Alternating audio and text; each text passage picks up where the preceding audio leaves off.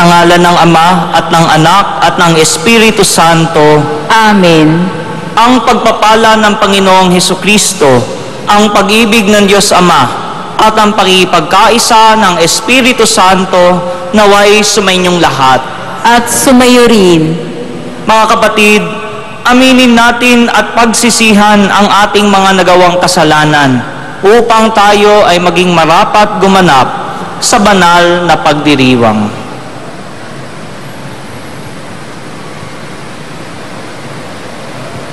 Inaamin ko Sa makapangyarihang Diyos at sa inyo mga kapatid, na luba akong nagkasala sa isip, sa salita at sa gawa at sa aking pagkukulang. Kaya isinasamo ko sa mahal na Birheng Maria, sa lahat ng mga anghel at mga banal, at sa inyo mga kapatid, na ako'y ipanalangin sa Panginoong ating Diyos. Kaawaan tayo na makapangyarihang Diyos. Patawarin tayo sa ating mga kasalanan at patnubayan tayo sa buhay na walang hanggan. Amen. Panginoon, kaawaan mo kami. Panginoon, kaawaan mo kami. Kristo, kaawaan mo kami. Kristo, kaawaan mo kami. Panginoon, kaawaan mo kami. Panginoon, kaawaan mo kami. Papuri sa Diyos sa kaitaasan.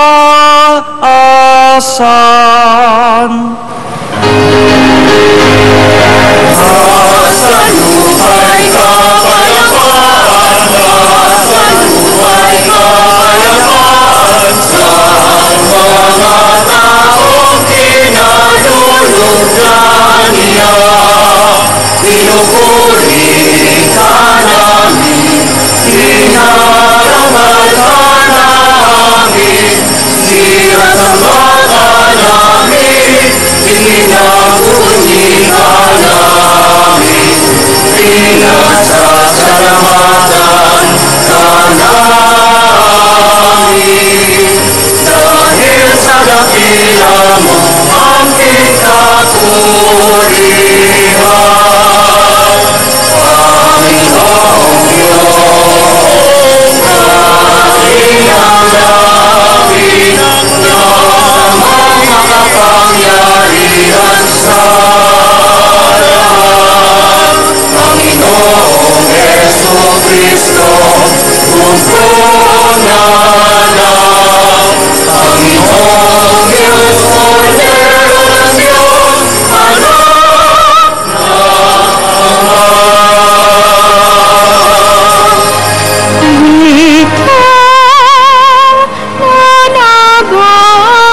Nagalis ng mga kasalanan ng sanlibutan. Maawa ka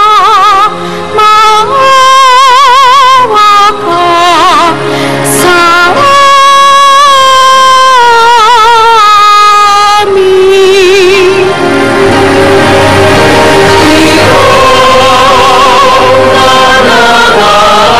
nagalis ng mga kasalanan ng sanlibutan. Amin mo aming kahiliwan, lalapit mo ang aming kahilingan. Ikaw na nanunuklo sa pananaman, maawa ka, maawa sa amin. Sapagkat ikaw ang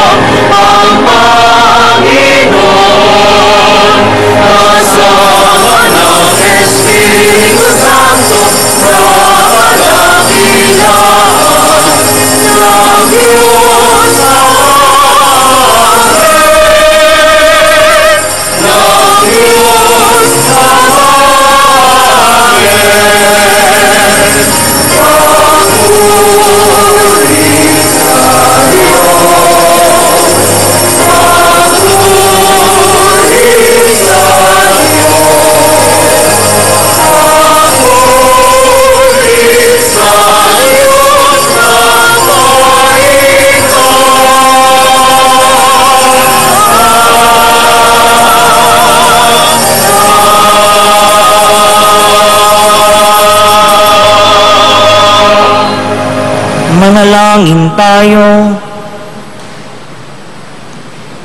Ama naming makapangyarihan, kalugdan mo kami at pagbigyan na magkamit ng mga kaloob mong karagdagan upang sa maalab naming pananalig, pag-asa at pag-ibig, kami mamalaging tumatalima sa iyong kautusan sa pamamagitan ni Jesucristo kasama ng Espiritu Santo magpasawalang hanggan.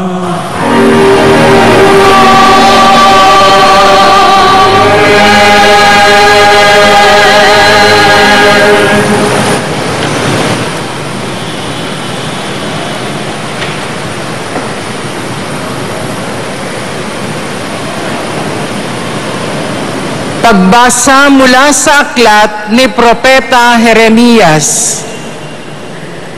Parurusahan ng Panginoon ang mga namumunong walang malasakit sa kanilang mga nasasakupan at pinababayaang ang mga ito'y mangalat at mamatay. Ito ang sabi ng Panginoon, ang Diyos ng Israel, tungkol sa mga tagapanguna ng kaniyang bayan. Pinapangalat ninyo at pinabayaan ang aking kawan. Hindi ninyo sila binantayan, kaya't kayo'y parurusahan ko dahil sa inyong ginawang ito. Ako na ang magtitipon sa nalabi sa aking mga tupa, mula sa lahat ng lupaing pinagtapunan ko sa kanila. Ibabalik ko sila sa kanilang tinubuang lupa at sila'y muling darami. Hihirang ako ng mga pastol na magmamalasakit at mga ngalaga sa kanila. Hindi na sila muli pang daranas ng takot at agam-agam, at wala nang maliligaw kahit isa. Akong Panginoon ang may sabi nito. Nalalapit na ang araw, sabi ng Panginoon, na pasisibulin ko mula sa lahi ni David ang isang sangang matuwid, isang hari na buong karunungang maghahari. Paiirali niya sa buong lupain ang batas at katarungan. Magiging matiwasay ang Huda sa panahon ng kanyang pamamahala, at ang Israel ay mapayapang mamumuhay. Ito ang pangalang itatawag sa kanya. Ang Panginoon ay matuwid. Ang salita ng Diyos. Salamat sa Diyos.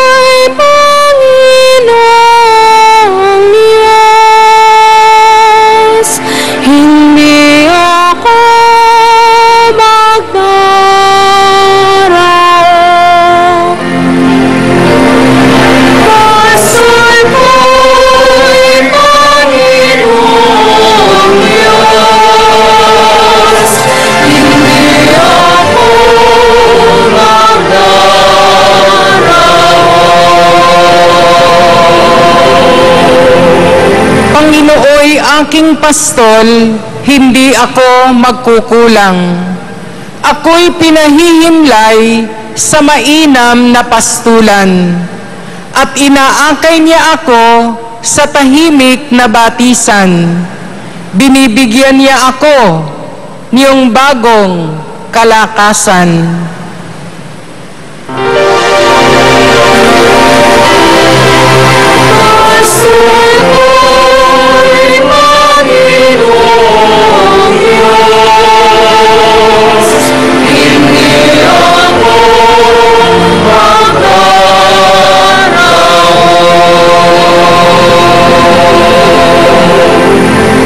sang-ayon sa pangako na kaniyang binitiwan. Sa matuwid na landasi, doon ako inaakay. Kahit na ang daang iyo'y tumatahak sa karimlan, hindi ako matatakot pagkat ika'y kaagapay. Ang tungkod mo at pamalo, ang gabay ko at sanggalang.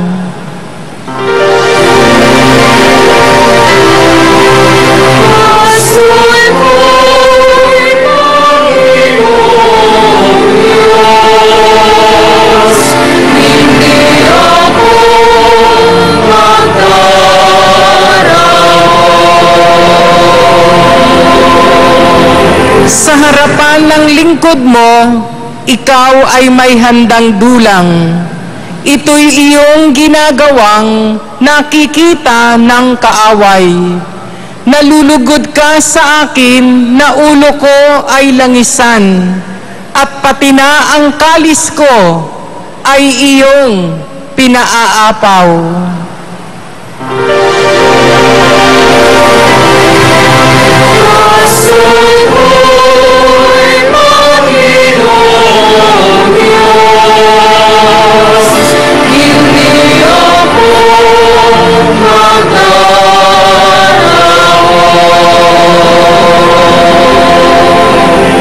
Tunay na ang pag-ibig mo at ang iyong kabutihan sa saakit tataglayin habang ako'y nabubuhay. Doon ako sa templo mo, lalagi at mananahan.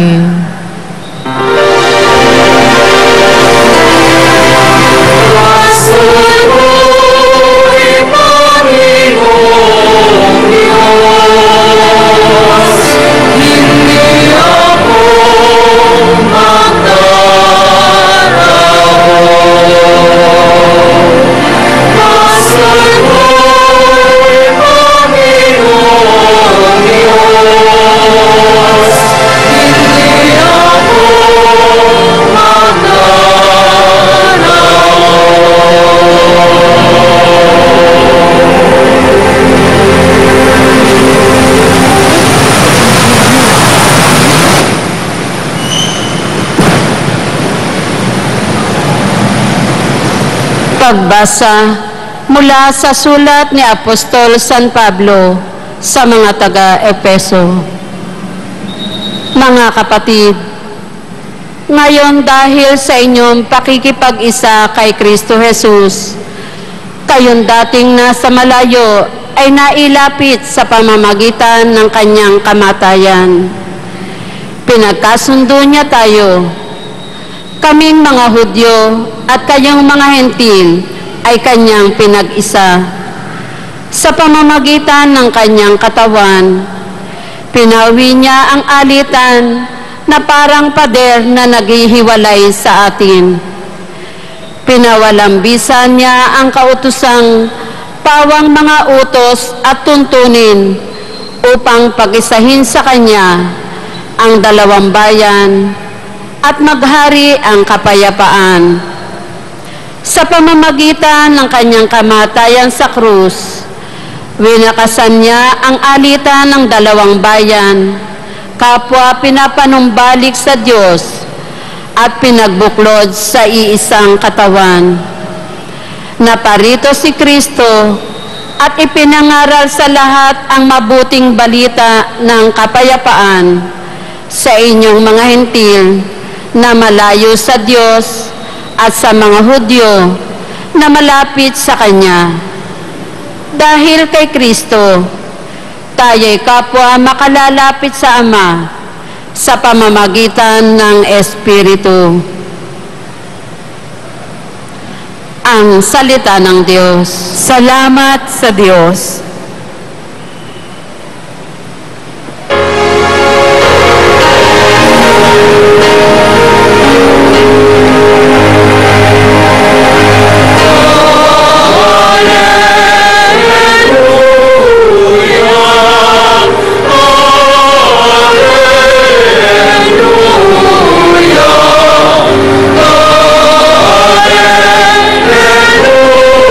Hallelujah.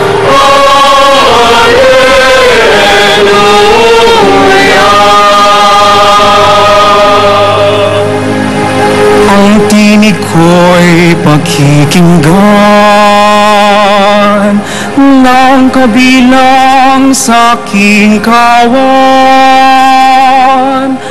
ako'y kanilang susundan.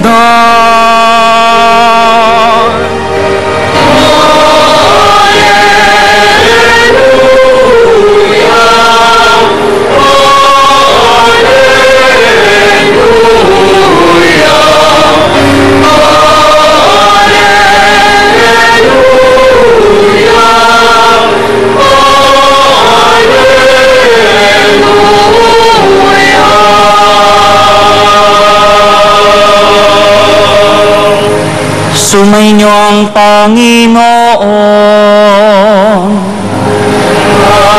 Sumainyo rin. Ang mabuting balita ng Panginoon ayon kay San Marcos.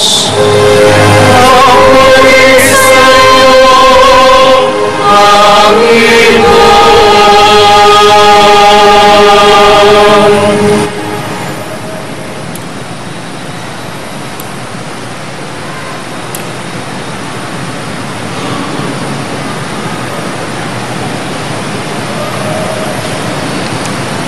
Noong panahong iyon, bumalik kay Jesus ang mga apostol at iniulat ang lahat ng kanilang naisagawa at naituro. Napakaraming taong dumarating at umaalis. Ano pat hindi na makuhang kumain ni Jesus at ng kanyang mga alagad. Kaya't sinabi niya sa mga ito, magtungo kayo sa isang ilang na pook upang malayo sa karamihan at makapagpahinga kayo ng kaunti. Umalis silang lulan ng bangka at nagpunta nga sa isang ilang na dako. Ngunit maraming nakakita sa kanilang pag-alis at nakilala sila. Kaya't mula sa lahat ng bayan, ang mga tao'y patakbong tumungo sa dakong pupuntahan ni na Jesus at nauna pang dumating doon kaysa kanila. Paglunsad ni Jesus, nakita niya ang napakaraming tao. Nahabag siya sa kanila sapagkat para silang mga tupang walang pastol. Sila'y tinuruan niya ng maraming bagay. Ang mabuting balita ng Panginoon. Pinusurihan namin, Panginoon Jesucristo.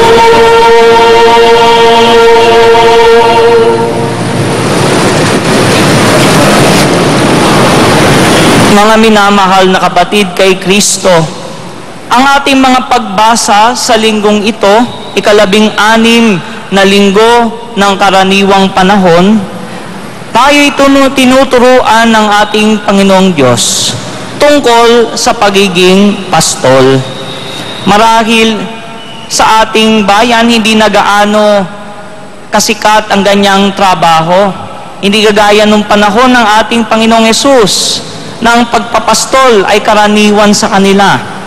Ngunit kahit hanggang ngayon, tayo pa rin ay nagiging pastol sa iba't ibang paraan.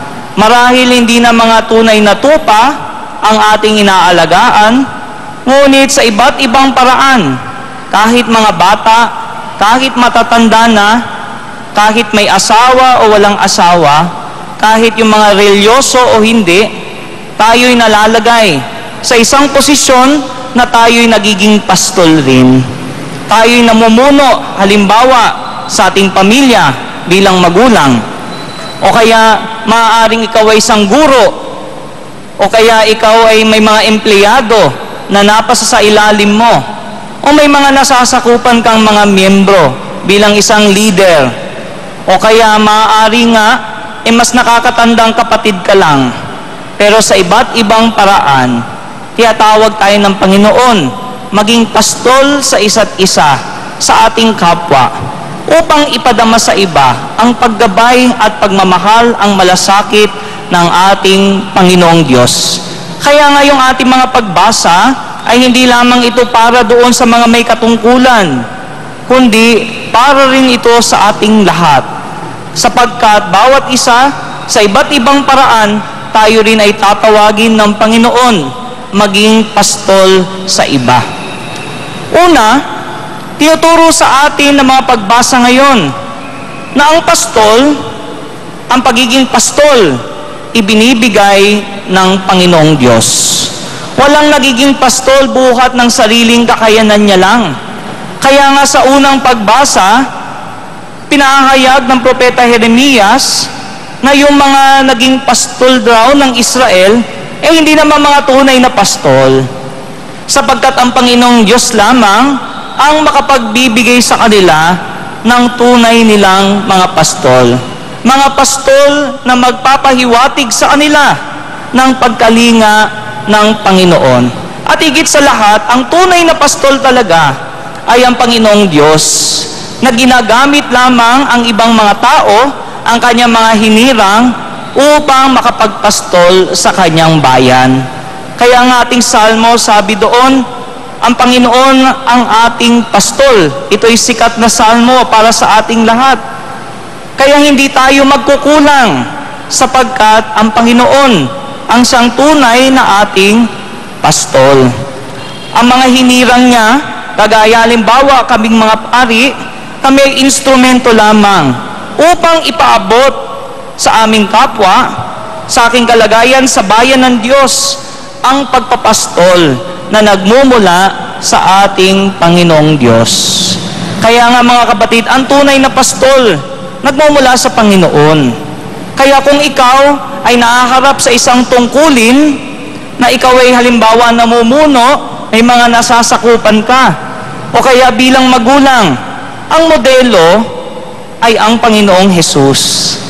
Ang Panginoong Diyos, kung paano siya nagpastol sa kanyang mga alagad, kung paano siya nagpastol sa kanyang mga hinirang, sa kanyang bayan. Ang pagpapastol, hindi imbensyon ng isang individual. Ang magaling na pagpapastol, nagmumula sa Panginoong Diyos. Siya lamang ang pinagmumulan nito sapagkat siya ang tunay na pastol.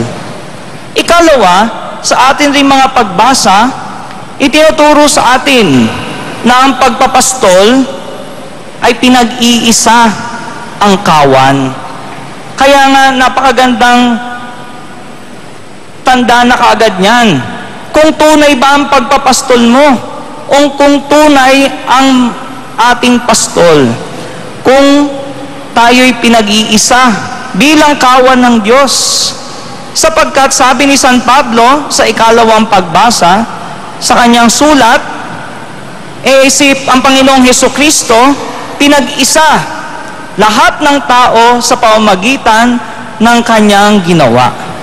Ang Panginoong Hesus nagdala hindi ng pagkakahati-hati o pagbabahagi, kundi ng pagkakaisa sa pamamagitan ng kanyang hatid na kaligtasan.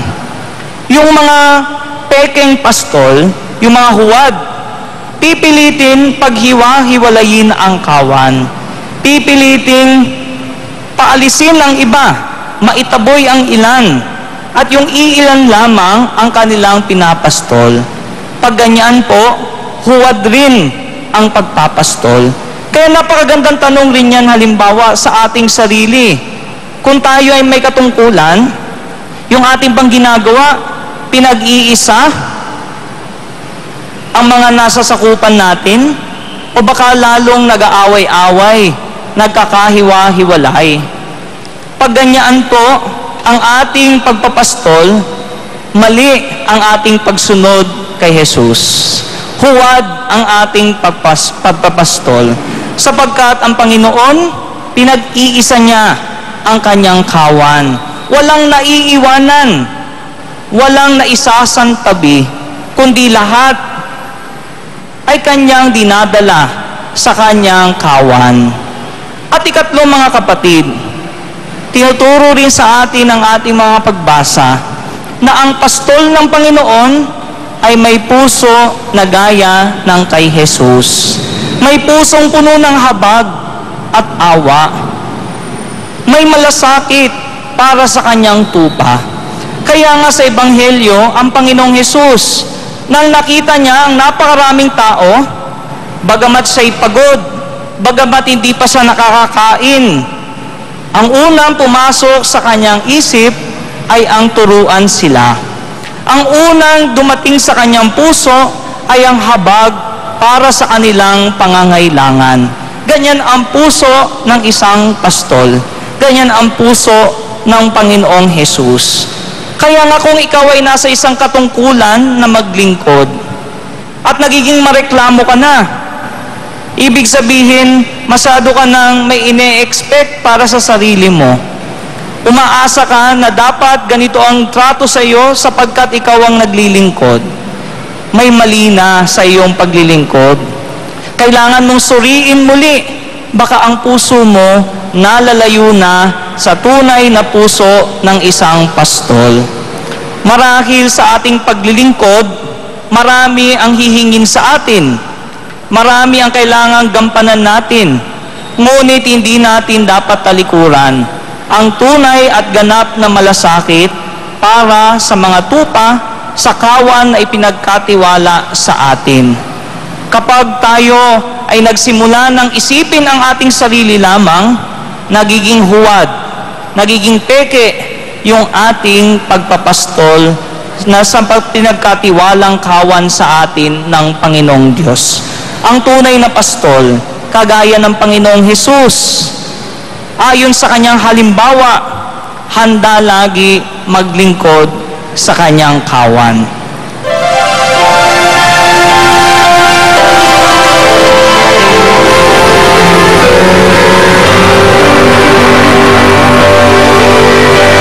Sumasampalataya ako sa Diyos, Amang makapangyarihan, sa lahat ng may gawa ng langit at lupa. Sumasampalataya ako kay Jesucristo, isang anak ng Diyos, Panginoon nating lahat. Nagkatawang tao siya, lalang ng Espiritu Santo, ipinanganak ni Santa Mariang Virgen. Pinapakasakit ni Poncio Pilato, ipinapos ang krus na matay inibig. Nanahog sa kinaroroonan ng mga yumaw. Nang may ikatlong araw, nabuhay na mamuli, umakyat sa langit, naluluklok sa kanan ng Diyos na mga kapangyarihan sa lahat. Noon nagmumula ang palilito at upo sa nangabubuhay at nangamatay na sumasampalataya naman ako sa Diyos Espiritu Santo, sa banal na simbahang Katolika, sama-sama ng mga banal sa kapatawaran ng mga kasalanan, sa pagkabuhay na muli ng namamatay na tao, at sa buhay ko walang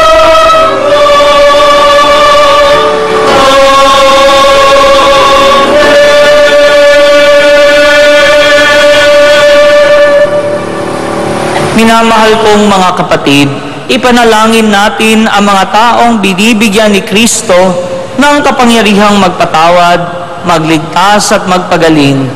Panginoon, manalig nawa sa iyo ang lahat ng tao. Panginoon, manalig nawa sa iyo ang lahat ng tao. Upang ang mga obispo, mga pari at mga diakono ay maging matapat sa pangangaral ng mabuting balita. Manalangin tayo.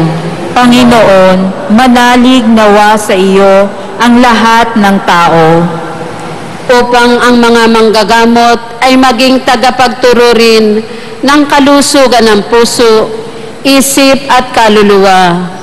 Manalangin tayo. Panginoon, manalig nawa sa iyo ang lahat ng tao. Upang ang mga pinuno ng pamahalaan ay maging uliran ng malinis at maayos na pagtupad ng tungkulin. Manalangin tayo. Panginoon, manalig nawa sa iyo ang lahat ng tao. Upang ang mga seminarista ay maging mga pare nagmamalasakit sa kaligtasan ng mahihina at masasama. Manalangin tayo. Panginoon, manalig nawa sa iyo ang lahat ng tao. Ipanalangin din natin ang kapayapaan sa West Philippine Sea at ang patuloy na pag-usad ng mga usaping ukol sa teritoryo ng mga bansang naroroon. Nawa manatili ang kapayapaan sa pagitan ng mga bansa at matamo ang kasagutan sa mga isyung ito sa paraang makatarungan at mahinahon. Manalangin tayo. Panginoon, manalig nawa sa iyo ang lahat ng tao. Ama naming mapagmahal, buong puso at pananalig kaming lumalapit sa iyo. Pagalingin mo kami, patawarin at iligtas sa pamamagitan ni Jesucristong aming Panginoon. Amen.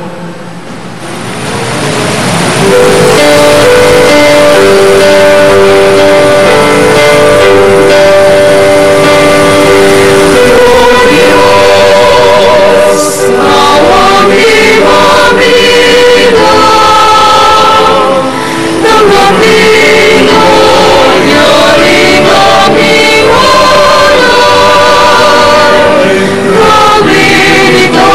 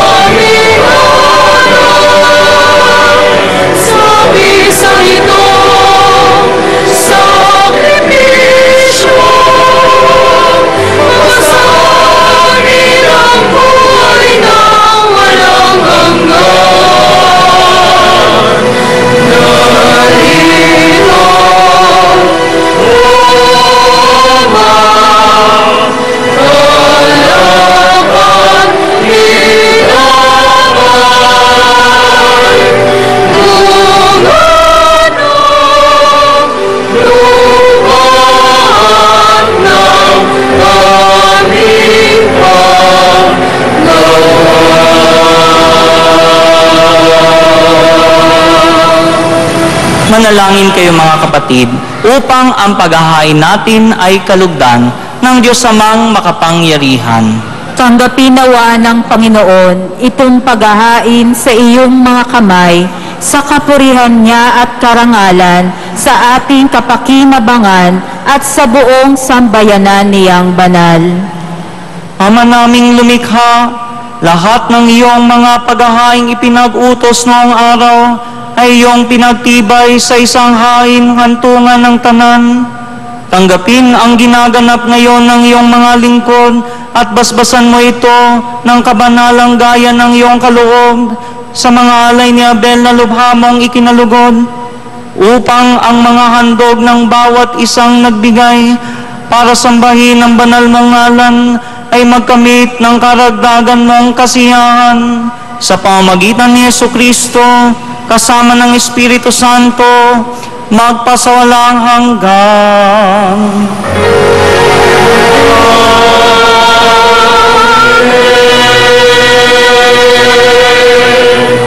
Sumainyo ang Panginoon. At sumayo rin, Itaas sa Diyos ang inyong puso at diwa. itinaas na namin sa Panginoon. Pasalamatan natin ang Panginoong ating Diyos. Marapat na siya ay pasalamatan. Ama naming makapangyarihan, tunay ngang marapat na ikaw ay aming pasalamatan. Nasa iyo ang aming buhay, pagkilos at pag-iral. Sa pamumuhay namin araw-araw, tinatamasa namin ang iyong pagmamahal. Sa pag-ibig mong ipinunla sa sangkatauhan, ang Espiritu Santo ay unang aning bigay ng anak mong naglagak sa amin ng katiyakang nakalaang mabuhay kami sa piling mo kailanman. Kaya kaisa ng mga anghel na nagsisiawit ng papuri sa iyo na walang humpay sa kalangitan, kami ay nagbubunyi sa iyong kadakilaan.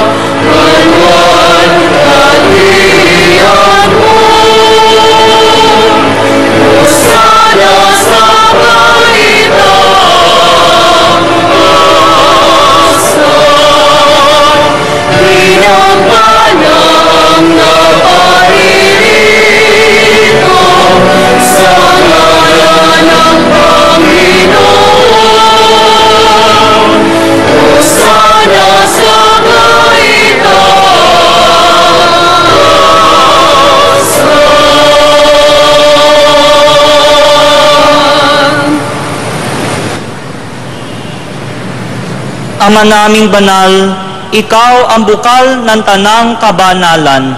Kaya't sa pamagitan ng iyong Espiritu, gawin mong banal ang kaloob na ito, upang para sa amin ay maging katawan at tugo ng aming Panginoong Hesukristo. Bago niya pinagtiisang kusang loob na maging handog, hinawakan niya ang tinapay, pinasalamatan kanya, pinaghati-hati niya iyon, iniabot sa kanyang mga alagad at sinabi, "Tanggapin ninyong lahat ito at kanin.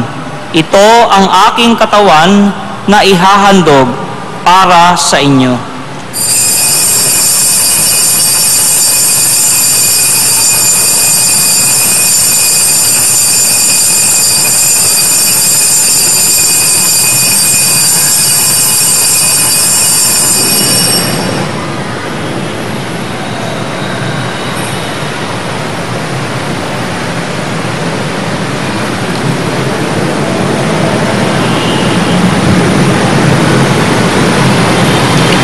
Gayon din naman, noong matapos ang hapunan, hinawakan niya ang kalis. Muli kanyang pinasalamatan. Iniabot niya ang kalis sa kanyang mga alagad at sinabi, Tanggapin ninyong lahat ito at inumin. Ito ang kalis ng aking dugo, ng bago at walang hanggang tipan. Ang aking dugo na ibubuhos para sa inyo at para sa lahat, sa ikapagpapatawad ng mga kasalanan. Gawin ninyo ito sa pag-alala sa akin.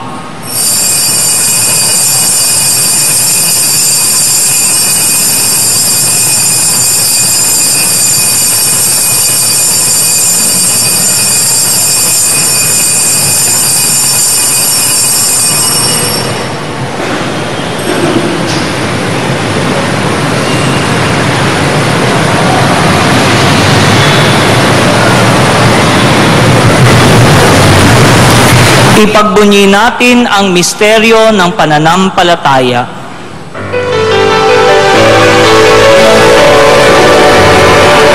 Si Kristo ay ngunit amin, sa inis ay inihain, ilang pagkain, inagsasaluhan hanggang sa siya'y dumating, hanggang sa siya'y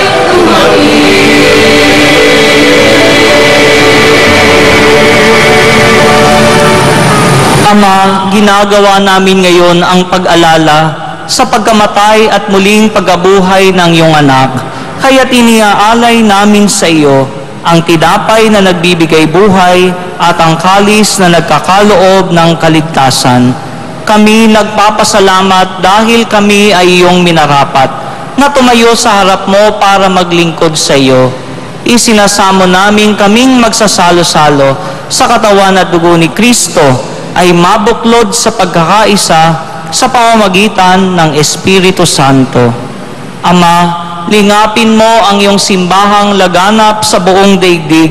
Puspusin mo kami sa pag-ibig, kaisa ni Francisco na aming Papa, at ni Luis Antonio na aming Obispo at ng Tanang Kaparian.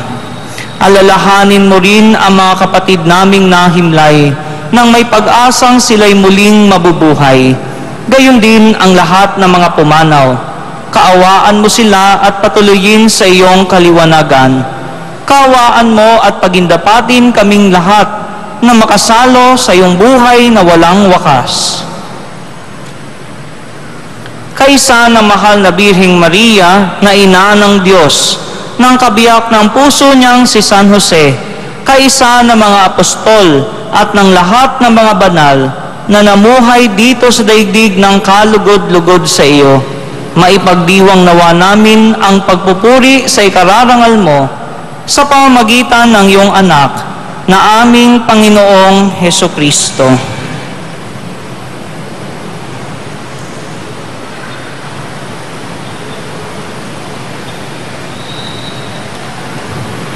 Sa pamamagitan ni Kristo, kasama niya at sa Kanya, ang lahat ng parangal at papuri ay sa iyo, Diyos Amang makapangyarihan, kasama ng Espiritu Santo, magpasawalang hanggan.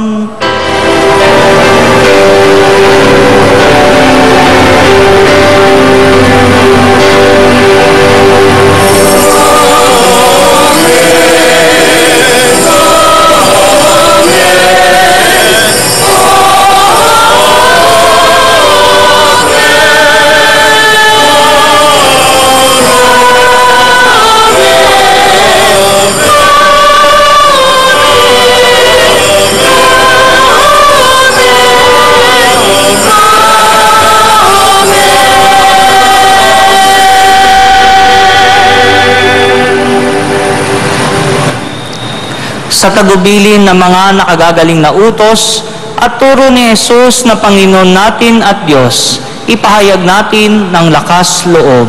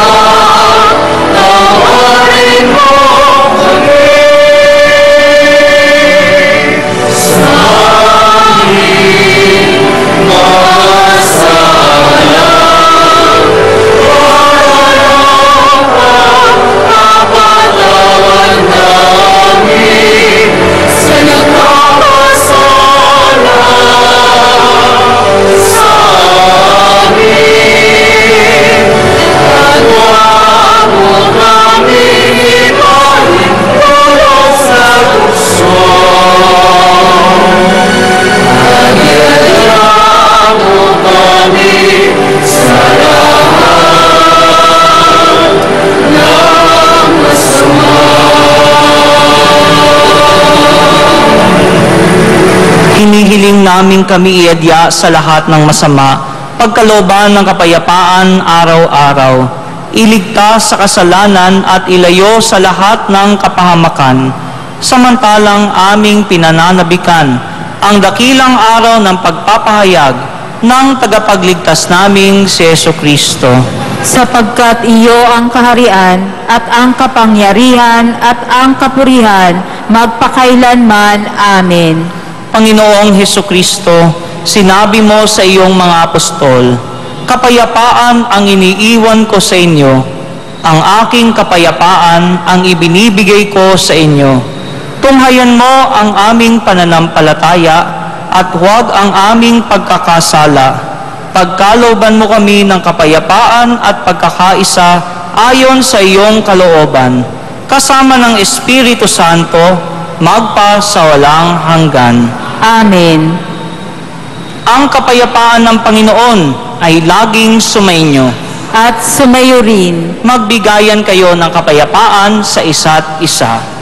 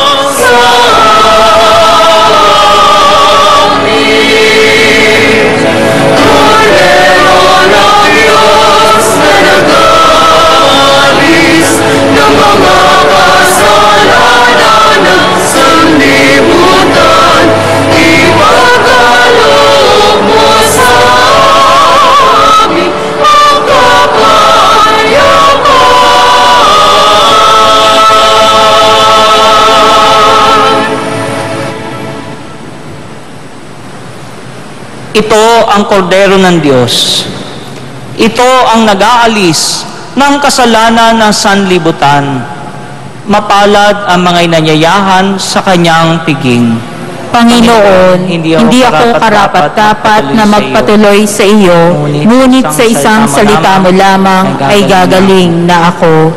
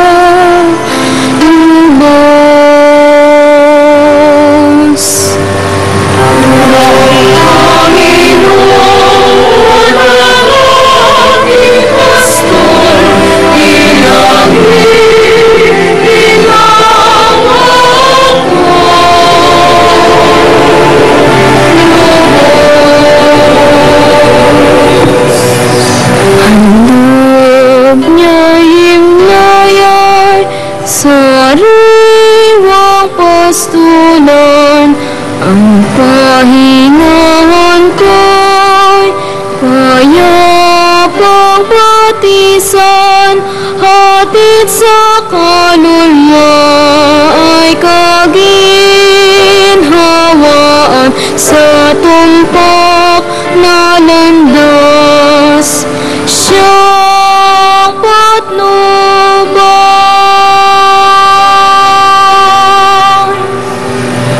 Ang Panginoon ang aking pastor, pinag-iingaw ako.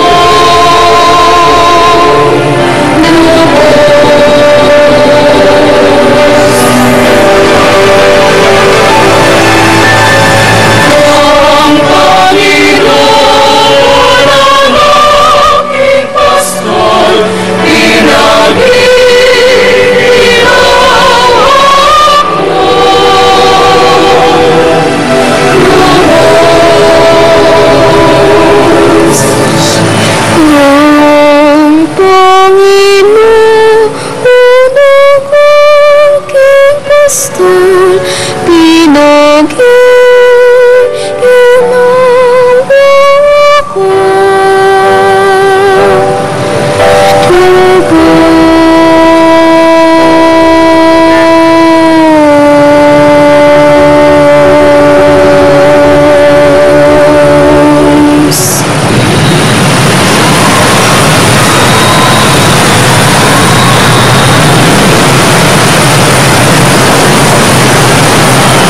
Manalangin tayo. Ama naming mapagmahal, manatili kang kapiling ng iyong sambayanan na ngayoy pinapakinabang mo sa iyong sariling buhay at gawin mo kaming pasulong na makahakbang mula sa dati naming pagkamakasalanan patungo sa pagbabagong nagdudulot ng iyong kabutihan sa pamamagitan ni Jesucristo kasama ng Espiritu Santo magpasawalang hanggan.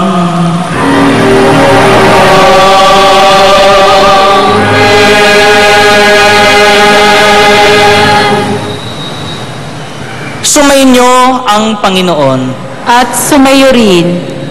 Mahal na pong Jesus Nazareno, inihayag mo sa pamamagitan ng krus ang walang maliw na pag-ibig ng Diyos sa sangkatauhan. Pakinggan mo ang kahilingan ng iyong angkan na nagsusumamo sa iyo. Makamtan nawa nila ang inyong katugunan at tanggapin ang kasagutan na may utang na loob na tinatanaw. Basbasan din po ninyo ang mga daladalan ng mga imahen at dasalan. Sa pamamagitan ng bendisyon na ito, naway maalaala nila ang pangako nila noon sa binyag na ikaw ay kanilang iibigin at paglilingkuran bilang Panginoon, magpa sa walang hanggan. Amen. At pagpalain nawa kayo na makapangyarihang Diyos, Ama at Anak at Espiritu Santo.